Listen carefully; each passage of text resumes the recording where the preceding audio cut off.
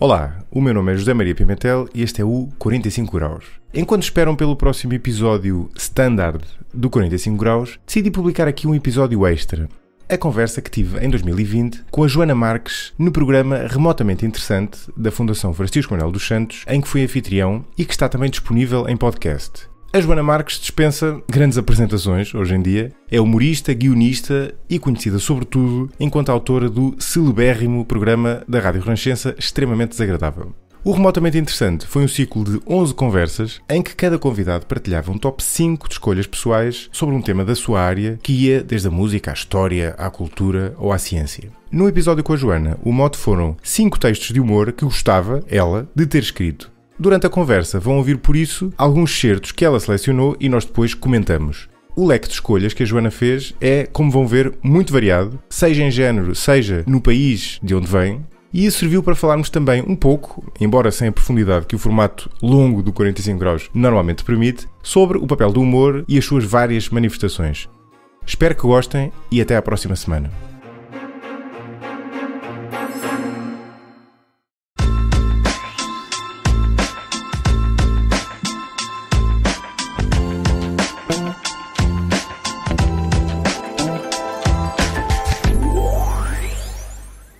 Olá, seja bem-vindo ao Remotamente Interessante, um programa de conversas com especialistas de várias áreas, em que cada um revela um pouco de si, partilhando um top 5 sobre temas tão distintos como filosofia, história, gastronomia ou música. Todos os dias, pelas 19 horas e durante meia hora, estamos aqui à conversa com um convidado especial. No caso, uma convidada, Joana Marques, humorista, guionista e apresentadora, a quem agradeço ter aceitado o convite. Bem-vinda, Joana. Obrigada eu pelo convite, mas agora fiquei espantada, não sabia que era para especialistas. Especialista em humor, no caso. Mesmo assim. Achas que é demasiado? Agora puseste aqui uma carga de responsabilidade. Sim. Bom, mas este caso é um especialista que está a admitir admiração por outrem, portanto acho que estamos relativamente à vontade. Sim. Bom, vamos começar já por conhecer o número 5 do teu top, ou seja, o último em certo sentido. Vamos ver um pequeno vídeo a ver se as pessoas conhecem e já comentamos. And now your smile makes me sad, so bye! You can. So you don't want to hurt them, so you just stay with them in the hopes that you'll fall in love again. Spoiler alert, you won't, it's dead. But then you just wait for them to do something unforgivable, so you can break up with them and have the high ground. But they won't do that, because unlike you, they're not a monster. So then you have to start lowering your standards for what unforgivable is. Like one weekend, you're like, if they cheat on me, that's it. It's over, and I can leave with my head held high. And then they don't do that. And then 3 weeks later, you're like, man, if they buy orange juice with pulp in it, that is unforgivable. And all I'm asking is, if you've ever been in one of these relationships where you're just trapped and you feel like you can't get out of it, have you ever, even for the briefest of moments, have you ever accidentally caught yourself thinking how much easier life would be?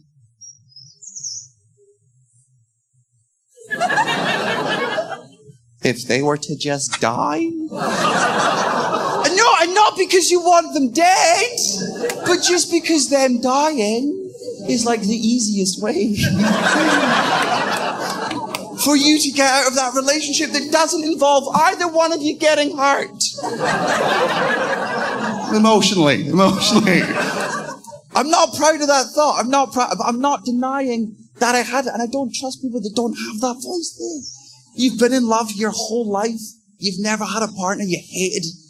Even for the briefest moments, they do something that annoys you. They storm out the house. They phone you. Their name appears on the screen. And it's only in that moment you realise how stupid their name is. You know, it's a stupid name. Only idiots have that name. And you don't want to answer because you're angry. But then that voice in the back of your head goes, do it. Because this phone call might mean that somebody somewhere has just found a phone on a body.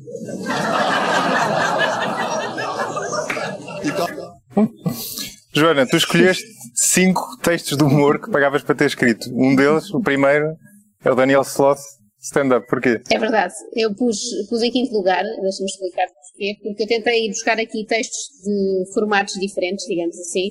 Sim. E como stand-up não é um formato que eu pratico, só assisto, não pus em primeiro lugar. Portanto, a minha lógica para ir do quinto ao primeiro foi aqueles que eu invejo mais, ou seja, são normalmente coisas que eu também tento fazer, ou seja, escrever se calhar uma sitcom é uma coisa que eu estou mais próxima de fazer como guionista, do que propriamente ir para um palco fazer stand-up. E não sou sequer cliente habitual, muito habitual de stand-up, de ir ver, ou mesmo na Netflix tem colegas meus que sabem tudo sobre todos os specials que saem, no próprio dia já viram, etc.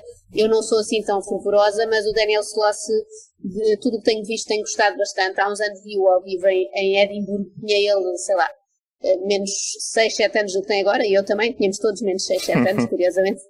E os temas dele eram um bocadinho diferentes, ainda vivia com os pais, é giro também ver essa evolução, que sempre o stand-up uma coisa que fala tanto sobre a vida, no caso dos comediantes que fazem isso, que fazem uma coisa assim muito narrativa da sua vida e muito pessoal, é giro ver essa evolução. E eu escolhi este certo, achei que era exemplificativo porque lembro que na altura teve um sucesso enorme, ou não, depende aqui da perspectiva, por causa deste texto sobre relacionamentos e dificuldade em acabar relacionamentos.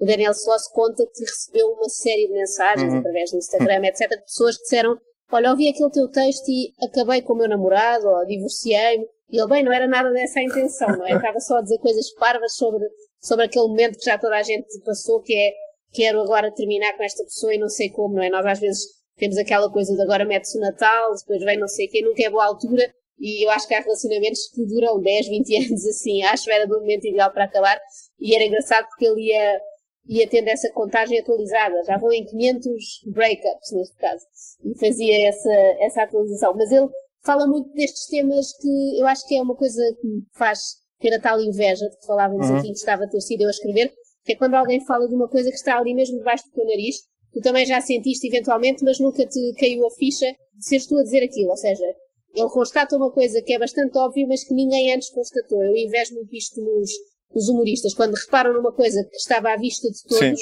mas eles são os primeiros a dizê-lo.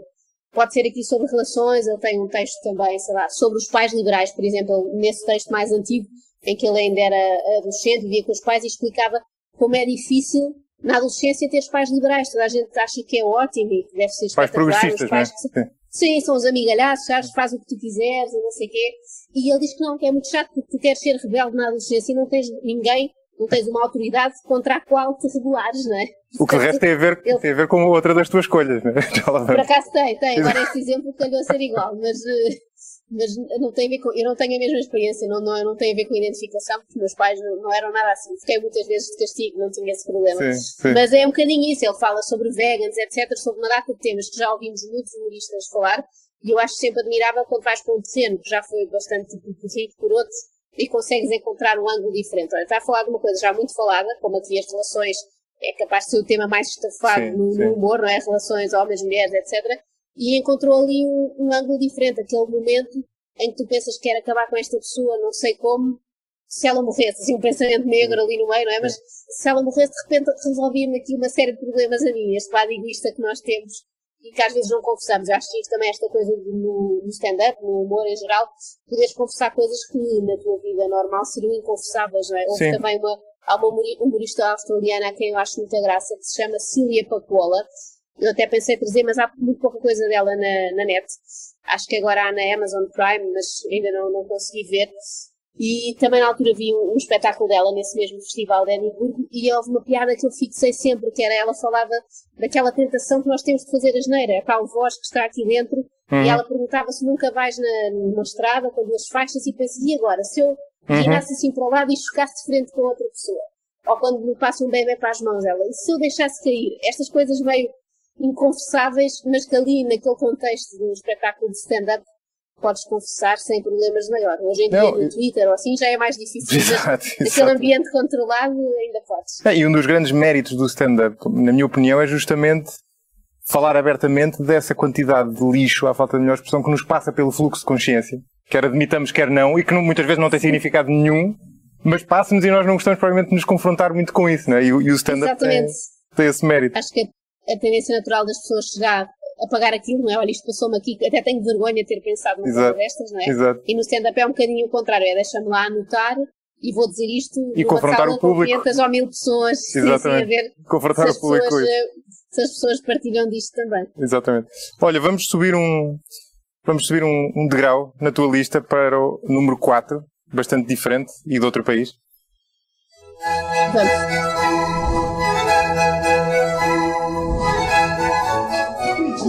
Et comment s'appelle l'heureux élu? Chao Pierre Paul Ling, Rachid Abdul Mohamed Benasser, David Maurice Isaac Benichou. Tout le monde sourit? Non, bah, qui sourit pas, là. Bonjour plus. Bah, tu souris. Je suis chinois, quoi, en fait. Ah, le moche. Suce-boule en chef. A tua escolha, é preciso dizer, é sobre cinema francês e não só sobre Sim, este filme. Sim, não só este filme em particular. Comecei a fazer este exercício, como eu tentei nestes 5 tópicos diferentes ir para géneros diferentes, não é? Já passámos pelo stand-up, depois pensei no cinema. Assim, um texto de humor no cinema que me tenha feito rir muito. E comecei a fazer esse exercício e a reparar que quase todos os filmes que eu me lembro, comédias americanas que tenha visto no cinema, me desiludiram um bocado. Ou seja, pelo menos as que chegam cá e ao cinema. Não quer dizer que não haja ótimas comédias americanas, e podemos obviamente recuar para o Woody Allen, etc. Mas aquele filme típico americano, blockbuster de comédia, normalmente é muito infantiloide e estúpido, na minha opinião. Ou seja, não são coisas que me divirtam muito. Já fui umas quantas vezes arrastada a ver vários deles e nunca me encho as medidas. Não saio de lá a pensar, essa senhora está aqui um guião muito engraçado. E com comédias francesas tem-me acontecido nos últimos anos. Eu acho que eles apostaram e bem neste ramo das comédias. E tem excelentes guionistas e, obviamente, atores também. O protagonista deste filme em particular, que acho que em português é Que Mal Fiz Eu a Deus. Já vi vários com ele e é daqueles. Eu acho que ele é assim, parece-me uma espécie de Nicolau Breiner. Nós temos esta coisa de comparar, não é? Sempre vamos a um sítio e tipo, a Torre Eiffel é tipo a nossa torre, não sei o quê, em Braga. Se nós dobrássemos filmes, era o Nicolau Breiner que fazia dele, não?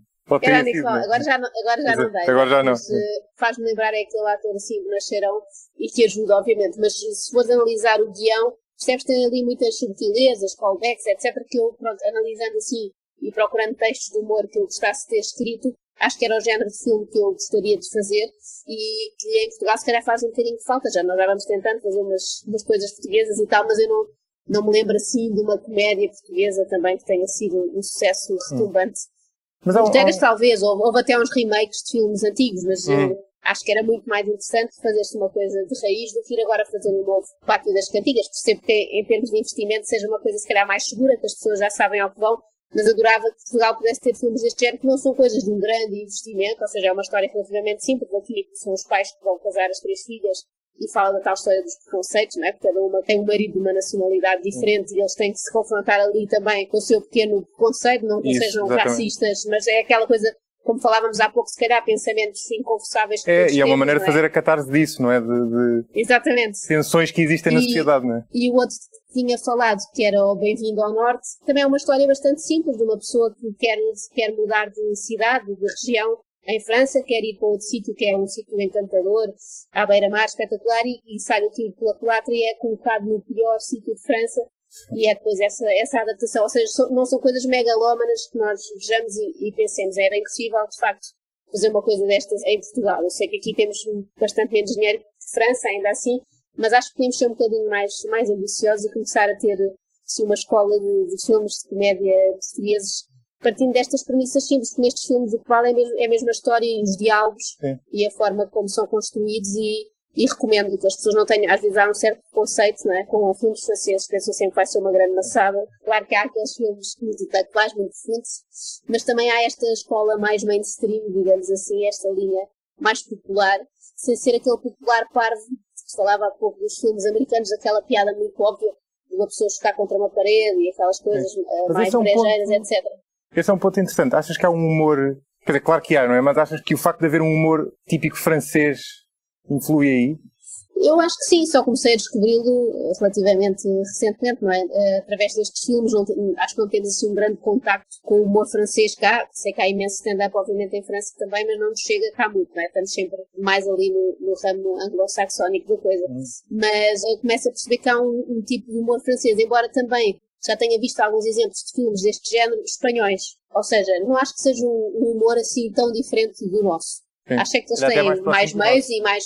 Sim, provavelmente bastante mais até do que o americano, por exemplo, e mesmo o inglês, que também é muito próprio, não é? Sim, se calhar este aqui de Espanha, França, lá está, é muito esta coisa familiar e etc., que eles têm muito semelhante comparando connosco, por isso eu não acho que seja assim tão diferente. Acho é que eles o põem em prática de facto e vão ficando para a história, já têm um registro relativamente bom e grande de comédias francesas ou de comédias espanholas, no caso, também não conheço tantas, mas a meia dúzia que vi também gostei bastante. E sinto que não é uma coisa que esteja assim muito distante de nós, ou seja, se fizéssemos a tal adaptação para Portugal, faríamos perfeitamente, obviamente ali, esta história racial e etc, em França, ainda é mais sentida do que cá, não é? Claro. Mas agora então, poderíamos perfeitamente fazer, tanto temos falado de ciganos, por exemplo, não é? O André Ventura tem feito questão disso, poderíamos perfeitamente ter uma trama cómica que fosse o casamento de uma rapariga com um cigano e do que seria para a família, etc, porque acredito que obviamente não há em cada um de nós um André Ventura, felizmente, mas acredito que haja pequenos preconceitos também, que lá está, muitas vezes não falamos deles, sim, porque não queremos também ficar mal vistos e não queremos de maneira nenhuma parecer com pessoas que são de facto extremistas e etc, mas acho que todos nós temos dentro de nós um pequeno preconceito, como tu dizias há pouco, a comédia é uma boa forma, no fundo, de pôr isso cá para fora e falar sobre isso, sem ser com aquele ambiente grave e com acusações de parte a parte, mas confessar, olha, realmente, eu que acho que não sou racista, vejo ali um grupo de ciganos do outro lado da rua e começo a pensar, ou então sei que a minha filha vai casar, não sei o quê. Ou seja, assumir essas coisas que todos temos, falar delas e descomplicá-las. Acho que a comédia pode ser uma boa forma de fazer isso. Claramente a comédia tem esse papel de catarse social que é muito importante e de resto eu acho que também há alguma explicação para a série que vamos ver a seguir, que é o número 3 da tua lista. Sim. Hey, Mom and Dad, how'd it go? Alex, maybe you better sit down. No, I can't sit down. I'm too excited. Listen, did you see Mr. Tedesco? Did you make an impression on him? Very definitely. Great. Tell me every detail. I don't know exactly how to put this. I punched Mr. Tedesco in the mouth.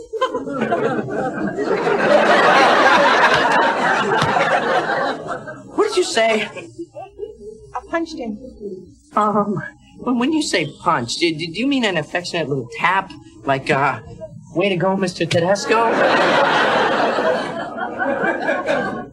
I decked him. Wow! Any particular reason? He shoved an elderly lady. That's it! How old? Alex, your Mr. Tedesco is a rude, crass, vile human being. I could have told you that. What did you have to hit him for? He was being so rude and insulting that hitting him was an automatic reflexive response. I was seized by an uncontrollable impulse. Can you understand? No! It was just one of those things. I'm sure we can all understand it.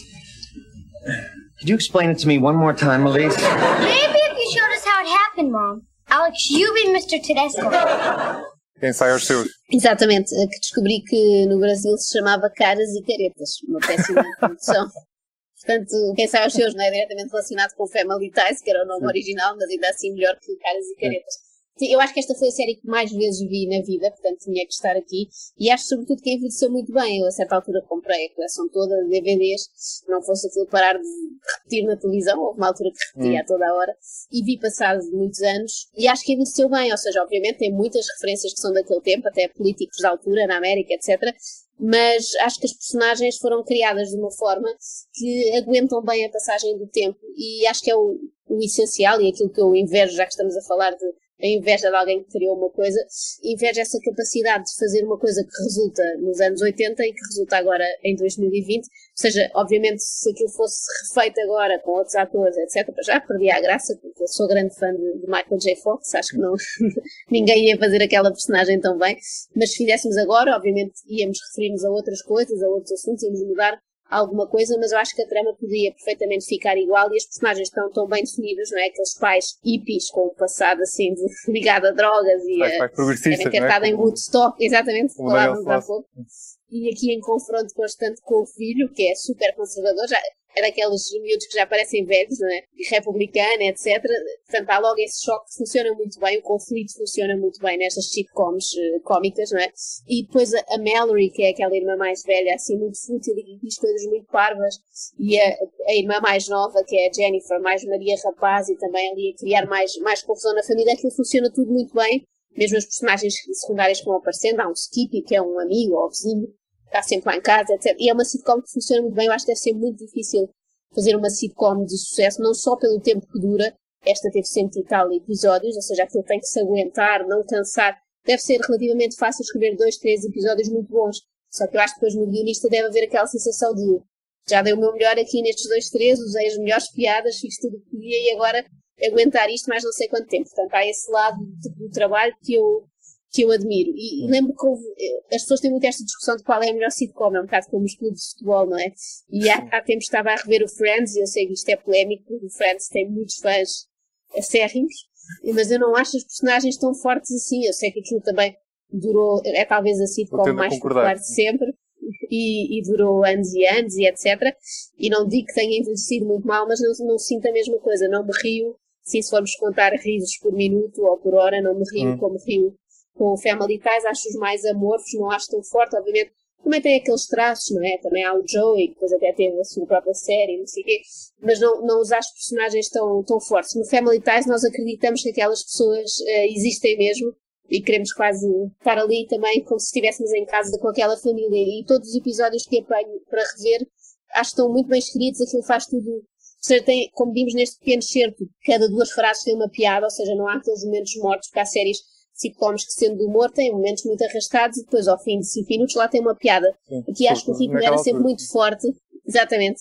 Acho que isso também veio romper um bocado com o que era feito, se bem que aquela altura foi anos 80, portanto eu não o vi mesmo na altura, não é? Porque nasci em 86, vi um bocadinho mais tarde, mas lembro que havia séries tipo Cheers, lembras-te? Cheers, aquele bar, eram coisas mais smalls, mais arrastadas, e acho que isto veio romper e foi um sucesso na altura. Também estava há pouco a ler coisas sobre isso, ficou não sei quantos anos no top e era um sucesso absoluto. Também prova que aquela ideia, quando se fala em televisão muitas vezes, que as pessoas só gostam de coisas mais básicas e não tão elaboradas e não sei o quê, é um bocadinho mentira. Acho que se lhes deres, seja aqui ou na América, se lhes deres um produto bom, vão gostar. Ou seja, isto não era uma série com piadas ordinárias, nem com referências muito óbvias. Se calhar havia pessoas que não percebiam todas as piadas políticas que fazia o Alex, não é? Que é o filho, o Michael J. Fox, mas gostavam do resto. Ou seja, aquilo era feito de uma forma que dava para agradar a muitos públicos. Eu acredito que houvesse miúdos de 10 anos que vissem e gostassem, como pessoas de 80, e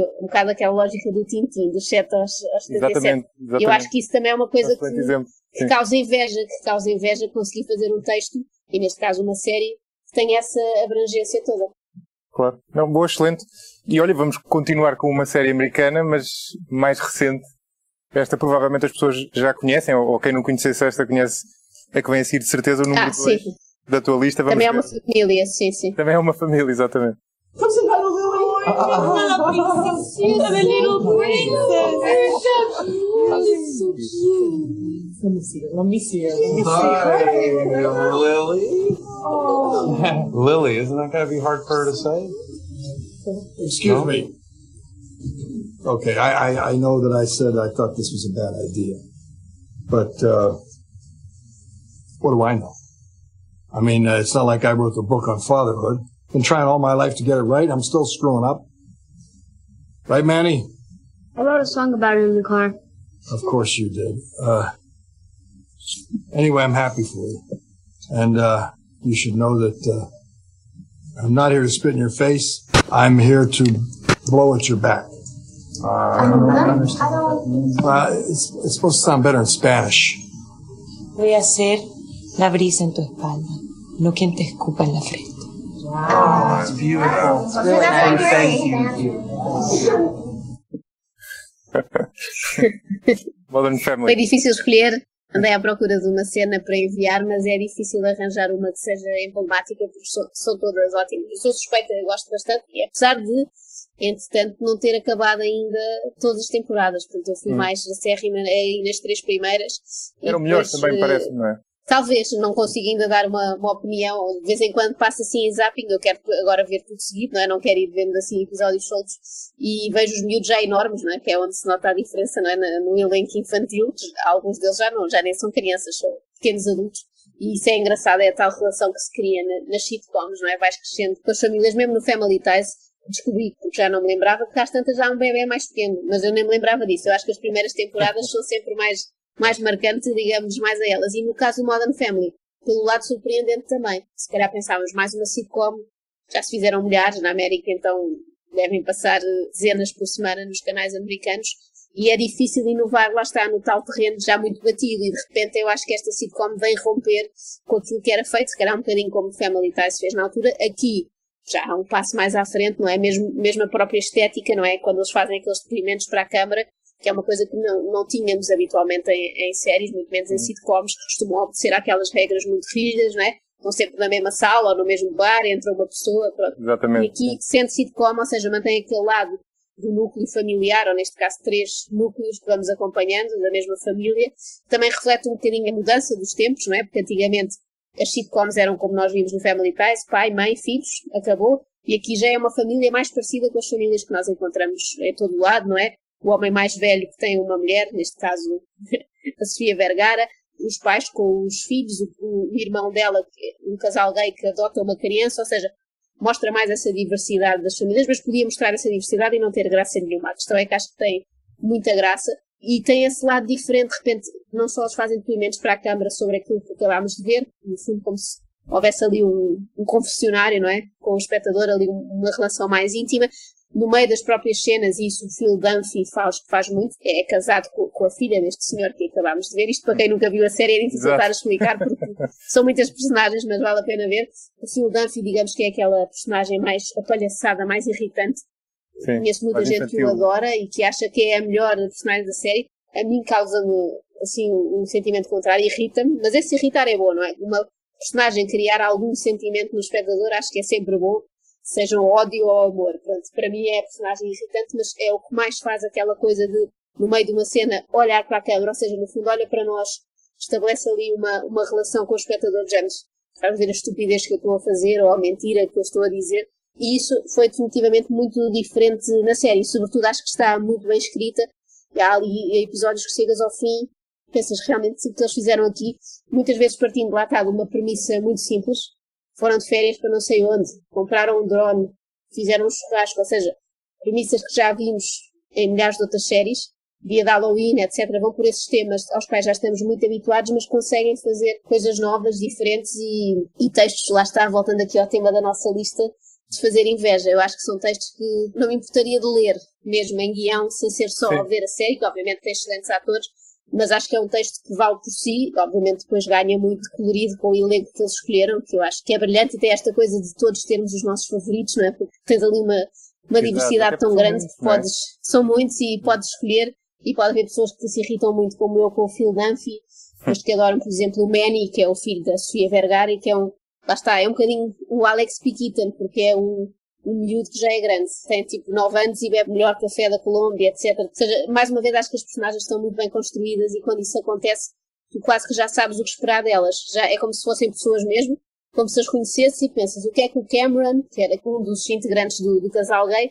que é que o Cameron vai fazer nesta situação? Tentas antecipar como se fossem amigos teus. E quando isso acontece numa série, eu acho que é sinal de que foi muito bem pensada logo à partida e que os episódios são muito bem escritos. Claro. E é meio caminho andado para tu te rires com isso, não é?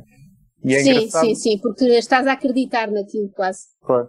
E esta série, de facto, faz uma série de coisas, tem rasgo numa série de aspectos, porque, por um lado, eles, ao ter um leque tão grande de personagens e todas elas fortes, tu estás a multiplicar a possibilidade do humor, não é? E depois, com todas elas, nós nos podemos identificar, porque, embora sejam excêntricas, têm qualquer coisa com que nos identificamos. E depois há outro aspecto. Humano, sim. Há outro aspecto engraçado também da série, que é o facto de conseguir fazer muito bem aquilo contra que o Larry David se insurgia, o Larry David, co-criador do Seinfeld, que ele tinha uma frase muito conhecida do no hugging, no learning. Portanto, nada de lamechices e nada de ensinamentos morais.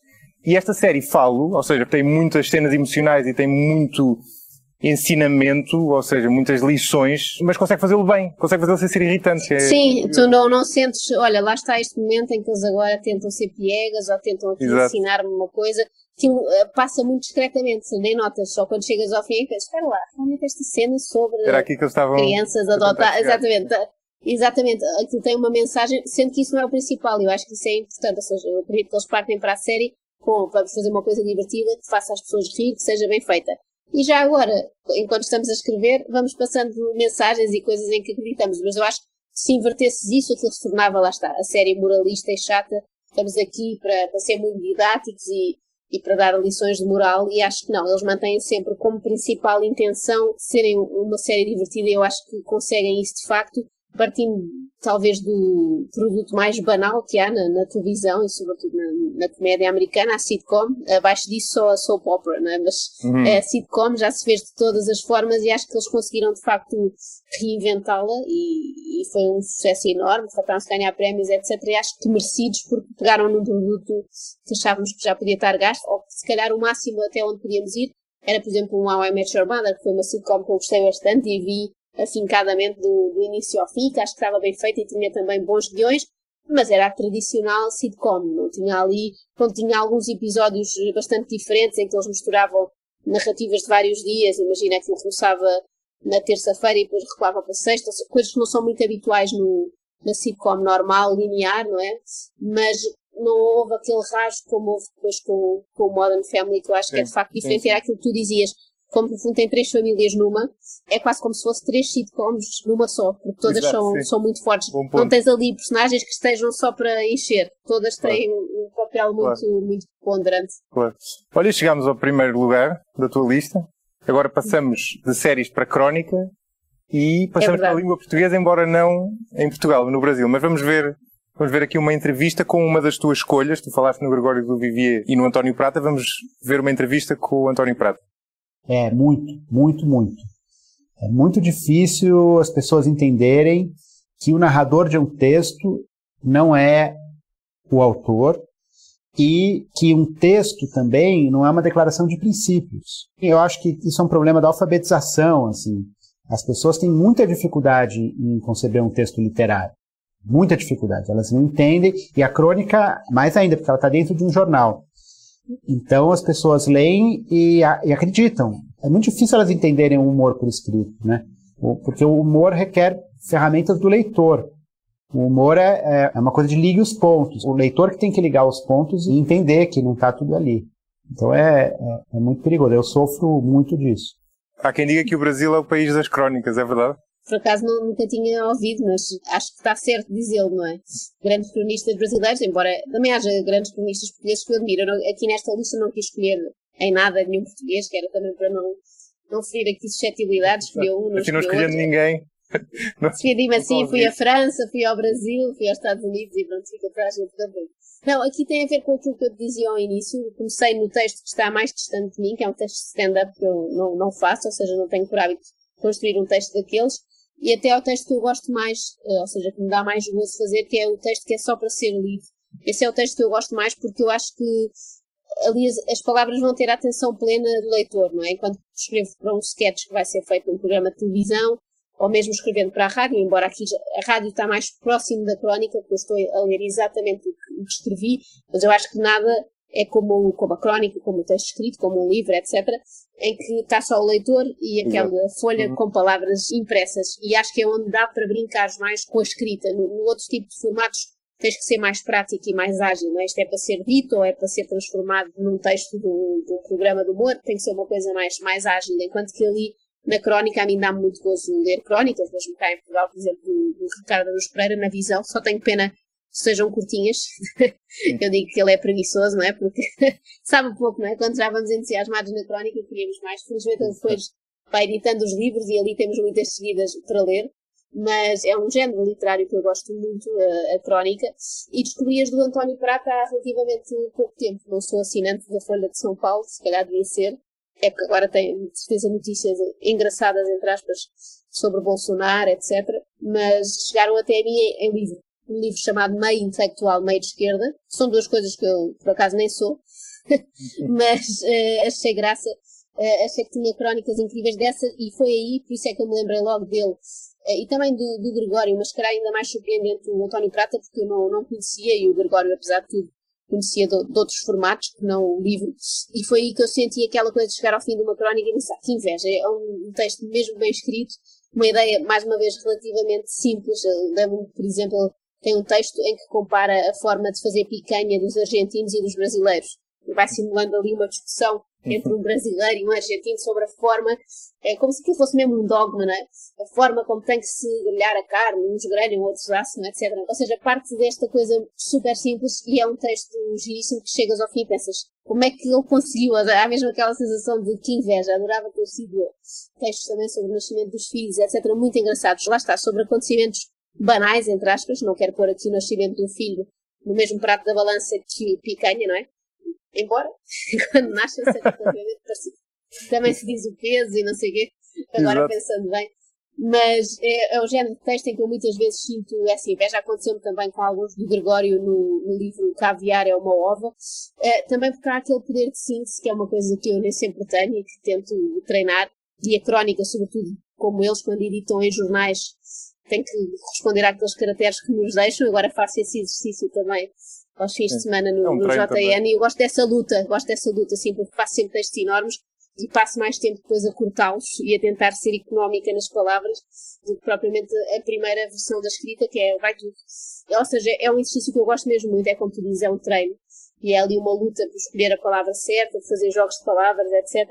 E por isso talvez eu tivesse que pôr no topo desta minha lista a coisa que eu mais invejo, são bons cronistas, porque eu acho mesmo uma arte admirável. Sim, excelente. Ficamos e dizer-te só que aquilo que falava ali desculpa acrescentar, o António Prata, é curioso e acontece muito, isso não só nesses textos, também na rádio, etc., esta coisa de haver uma certa incompreensão ou uma incapacidade do leitor ou de quem ouve entender a ironia, que é uma coisa que me espanta sempre, e achei curioso encontrar isto nesta entrevista. Sim, eu falava de facto, exatamente, é preciso o leitor conseguir interpretar. Eu não estou a dizer que tem que gostar ou achar graça, isso é diferente. Não me importa nada de ter leitores que discordam absolutamente do que eu disse, e até gosto de receber esse feedback, ou seja, desde que não sejam insultos, não é? Como é muitas vezes na internet, mas quando há uma pessoa de facto interessada em debater, não é? E dizer, não concordo nada com essa ideia que tem, seja quem for.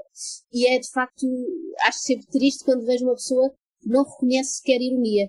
Tudo aquilo que lê interpreta de forma literal. E eu acho que isso tem acontecido cada vez mais, e acho uma coisa um bocadinho preocupante a que temos assistido nas redes sociais e tudo, interpretar tudo, nomeadamente textos humorísticos, claramente humorísticos, ou programas.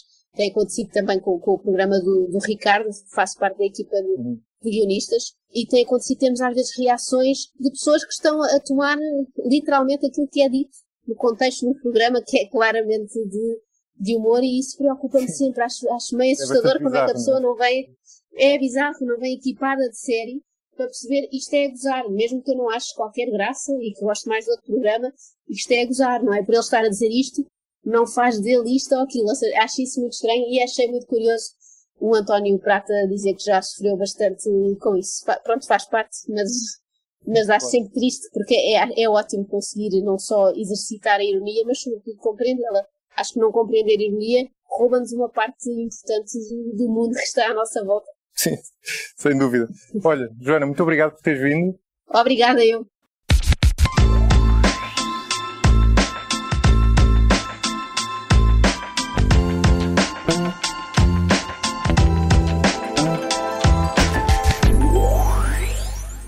Este episódio foi editado por Hugo Oliveira.